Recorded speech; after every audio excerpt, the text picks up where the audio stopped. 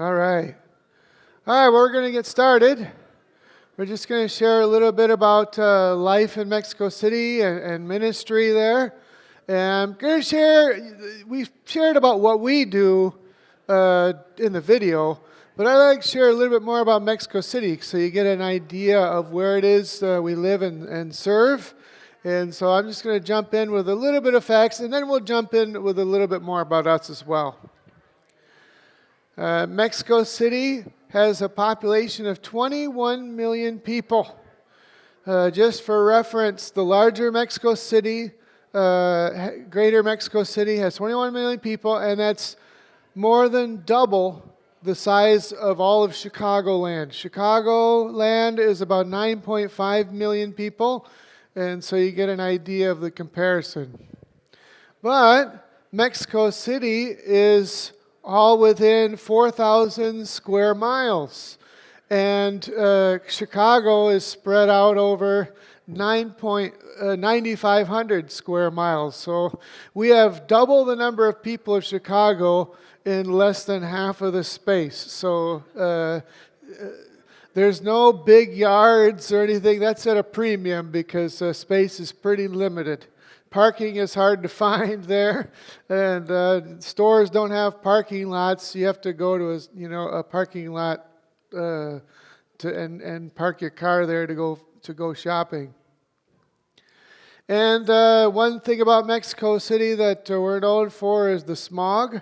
We're up at 7,200 feet, and we're surrounded by volcanoes, and the air is thin, and we have 10 million cars that are registered and probably another 5 on the road as well.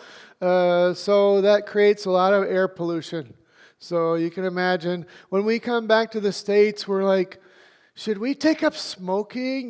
Because we're missing the air, the wonderful air quality of Mexico City. A little bit about the history. Mexico City used to be Tenochtitlan, which was the Aztec capital. But Hernán Cortés, and you can see there that the whole valley used to be a lake. And the Aztecs built these floating islands called chinampas on top of the lake. And they had causeways running to the mainland. And Hernán Cortés and the Spaniards came. They defeated the Aztecs. They wiped out the capital, and they drained that lake and built over top of it. So Mexico City is on this. It's like it's built on jello because it's built on this lake bed, and the aquifers that are under there are gradually diminishing. And so the city is sinking. And the other thing about the fact that it's built on a lake bed is that we have earthquakes. We don't have a fault line near Mexico City, but when there's an earthquake somewhere else in Mexico or even somewhere out in the Pacific Ocean, we feel it because the city just moves. It's like it built on jello. We survived the pandemic. Interesting to note that Mexico City, you were still required to wear masks when we go out in public, even if it's just out in the open air. And the schools and universities only opened this semester. And so Blanca is hoping to open up her children's ministry again now that schools are open. And Mexico did not get politicized. COVID did not get politicized in Mexico. People just followed the restrictions and so forth without complaining about it. And I don't know, it wasn't like here where it came during an election year and everybody kind of polarized over things. But Mexico City is polarized between the rich and the poor. You can see kind of the contrast in this photo. We have one of the world's richest men, Carlos Slim, is from Mexico City, built his empire on telecommunications. He bought the New York Times. But then we have the poorest of the poor. We know people who live in cardboard boxes on the side of a hill with rats coming in and out of their cardboard box. Extreme contrasts in Mexico City. One thing to really pray about regarding Mexico City is its water crisis.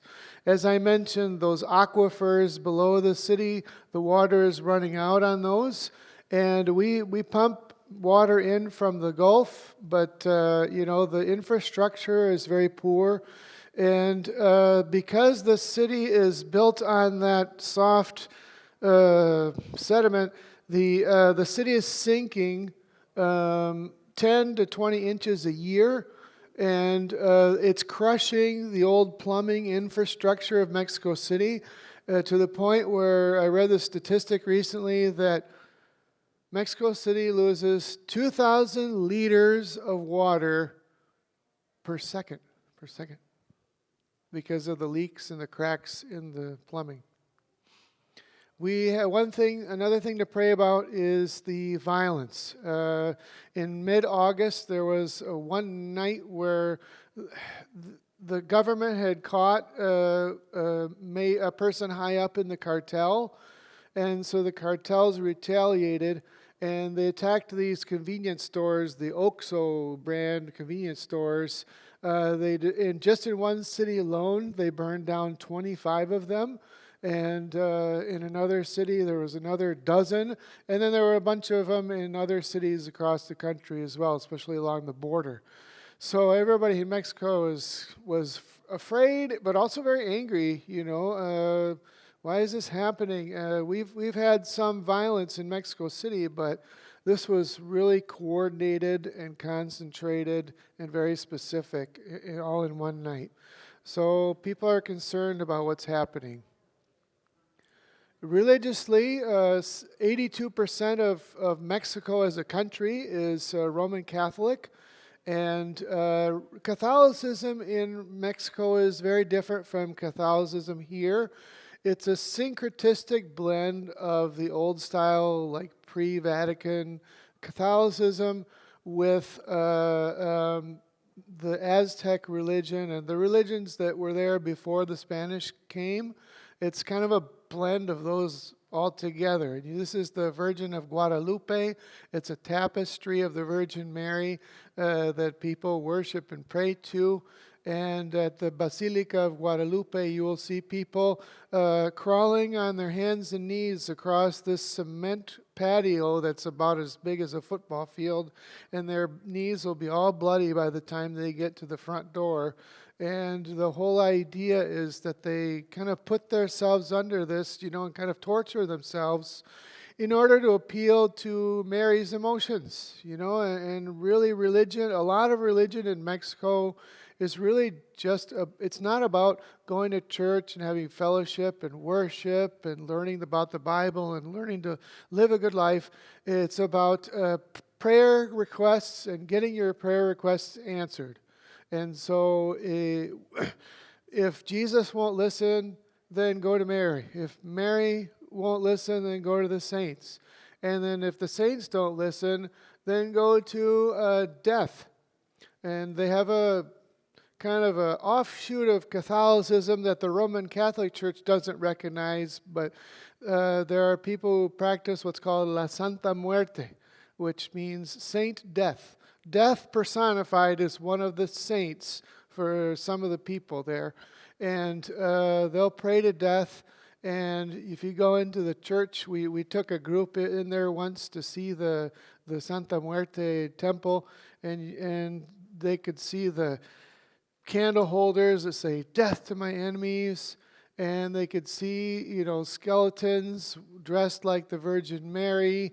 And there were people who would pray to death. And they would see other things like the Virgin of Guadalupe. And then they even had evangelical Christian music playing in the background. So it was a mixture of everything. It reminded me of that scene from the old movie, The Mummy, where the skeleton was coming and he was scared. And so first he holds up a cross, and then he holds up a Star of David, and then he holds up the Islamic crescent, It's whatever will work, whatever gets your prayers answered. These are our kids. I took out some of the slides. So I'll let Blanca share a little bit about our family. This is our These are our kids, Daniel and Alexandra. Now they are not that little. They grew up already. Daniel studied digital animation in Mexico, so he works in that field. Our kids, they love Mexico, and so far they want to stay there, but we just prayed that the Lord opened the doors for them, wherever the plan is for them. And Alexandra, she was, last time we were here on home service, she came, finished her senior year at Unity Christian, and then she went to Calvin College.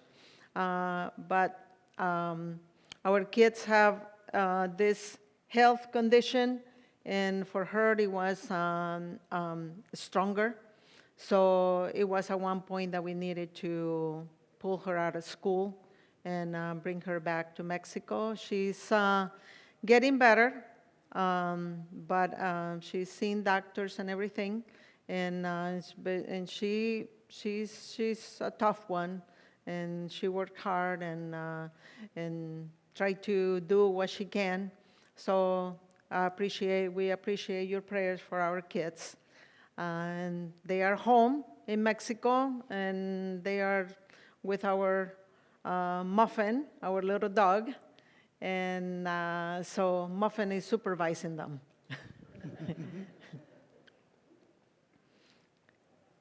And Well, yeah.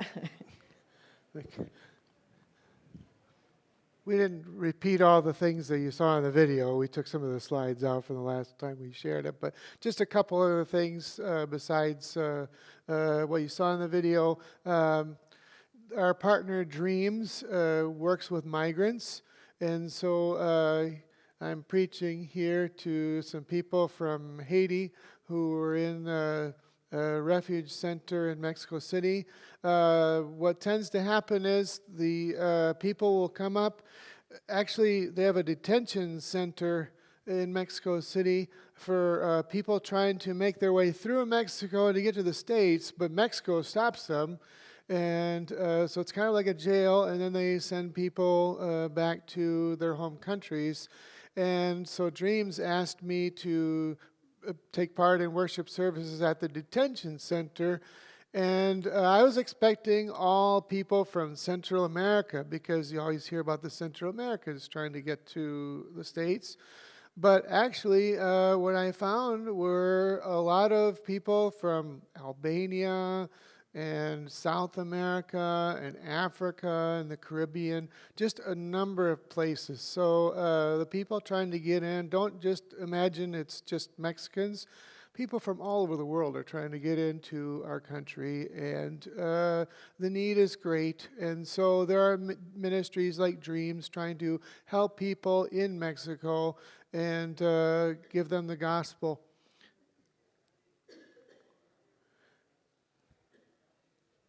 As you know, for many years I organized and planned this kids club in the neighborhood where the seminary is. And it's a neighborhood of very low resources in there. And so we see a lot of kids on the streets, and they are left alone, during the day. And so easy targets for people who are selling drugs. So we started a kids club in that neighborhood, and after so many years, we see results where most of these kids have grown up and they didn't get into drugs, and we praise the Lord for that. So we continue working in that community. Unfortunately, with the pandemic, we needed to stop the program for 2 years until now that the government is allowing kids programs to restart since the schools already started. So right when we get back, That's the one of the things that I want to restart is the kids programs, and also along with that, youth programs, because some of those kids are already getting into their teen years. So, and many parents are already asking, when are you guys going to start the programs again? You know, they know that it's really good for their kids. They saw so many changes in their kids' behavior. Kids that are doing better in school, kids that are obeying their parents, respecting them, and so they want their kids to improving in that. Unfortunately, when you ask the parents, that you hear all this feedback from the parents or grandparents, so we invite them to church, but the pressure of family. We tell them it's not, we don't, it's not a change of religion, it's, a relationship with our Lord. But still that social pressure, well, if I change a religion, then, my grandparents are not going to talk to me or things like that. So pray for that we can see a change in the society about that.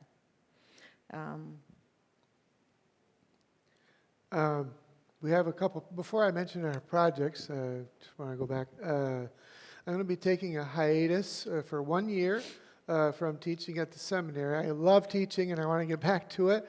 But we had Pablo and Sherry Conche were serving in Mexico for a few years in Mexico City.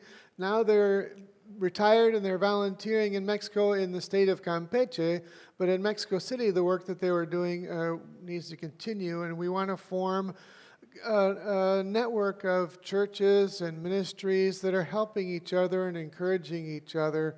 And so I'm going to be laying the groundwork for that. And we have an open position for someone to come full-time to Mexico City to work on that. And so I'm hoping just to do that for a year, and hopefully we'll have somebody in the next year or so to be able to do that full-time. And so I'm just kind of laying the groundwork for that. And but yeah, I love teaching, and one of the big highlights for me, as I mentioned in the video, was the Revelation course that I taught 4 different times this time around. And one of the things I ask the students that come, I'll say, what does God the Father do in the book of Revelation? And they think about that. I don't know. And they start saying some things that Jesus does or the angels. I'm like, no, not the angels, not the Lamb, just God the Father. And they're like, I don't know. And I said, you're right. He doesn't actually do anything in the whole book. He sits on the throne. And that's all he does. There's maybe 2 verses in the whole book where maybe he speaks, because it says a voice from the throne said such and such. But it's not really clear if it's the voice from the throne or from someone around the throne. And so it's not even clear if he even speaks in the book. And I say, why is that important? And I say, because if we saw God running around trying to put out fires, the beast here and the harlot there and, the monsters there and everything, then we might think that God's not really in control of anything, that he's just putting out fires and trying to figure out things as he goes. But the fact he can just sit on his throne calmly with the remote control, he's just sitting there and everyone's doing his work for him, shows that he's sovereign and that his plan is coming to pass no matter what, and he doesn't even have to lift a finger or worry about it. And so it's with those kinds of practical things that I loved sharing in that course. So yeah, I'm hoping after this year of hiatus of working with different churches and ministries like the Dreams Ministry, that I'll get back to the teaching. we have two projects that we're promoting, and there's information about that on our website, giftmex.org. Gift for Gifford and Mex, obviously, for Mexico.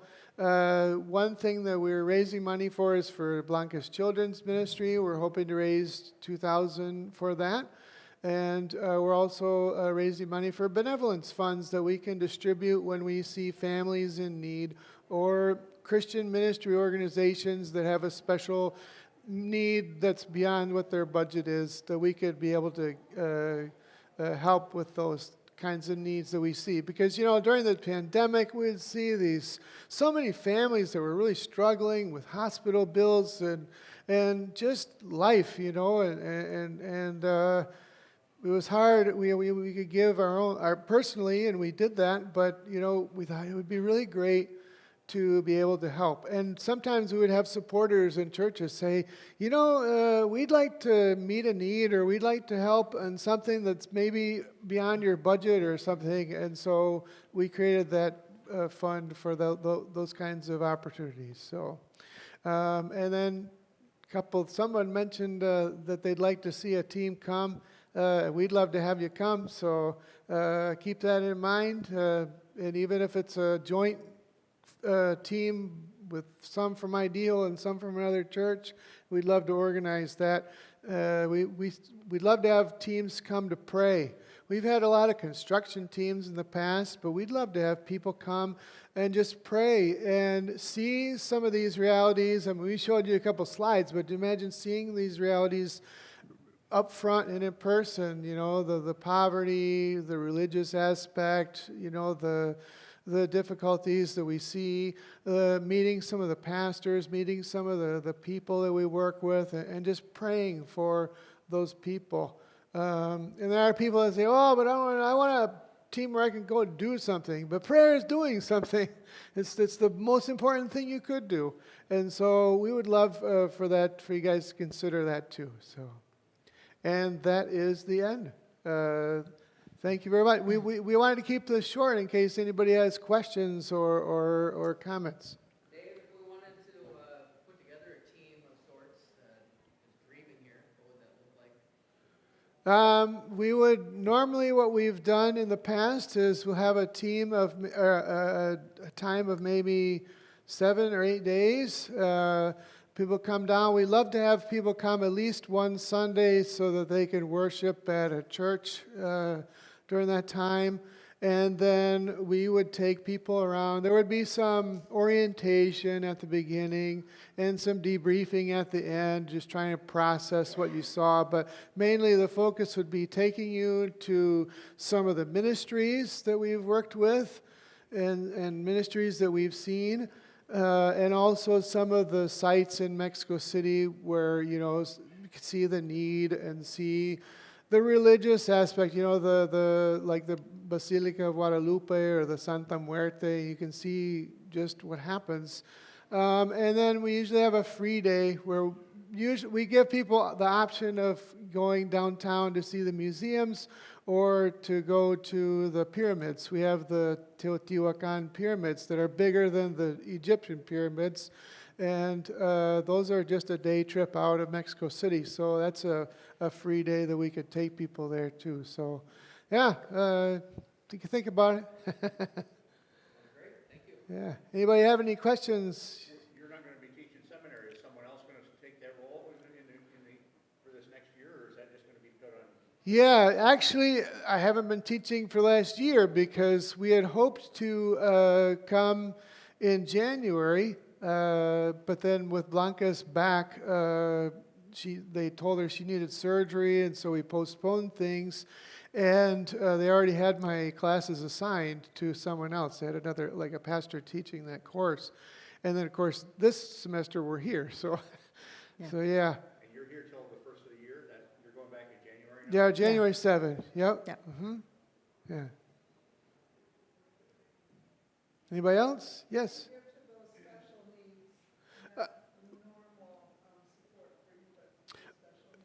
We have projects with fund code numbers, and the benevolence one is on the yellow sheet that's at our display table. But if you'd like to know about the Children's Club Children's. one, it can be found on our website, giftmex.org. I mean, all the information there. But if not, then there's contact information too, and we can let you know. Hmm. Or else through through Pastor Chris. Hmm. Yep. Yeah.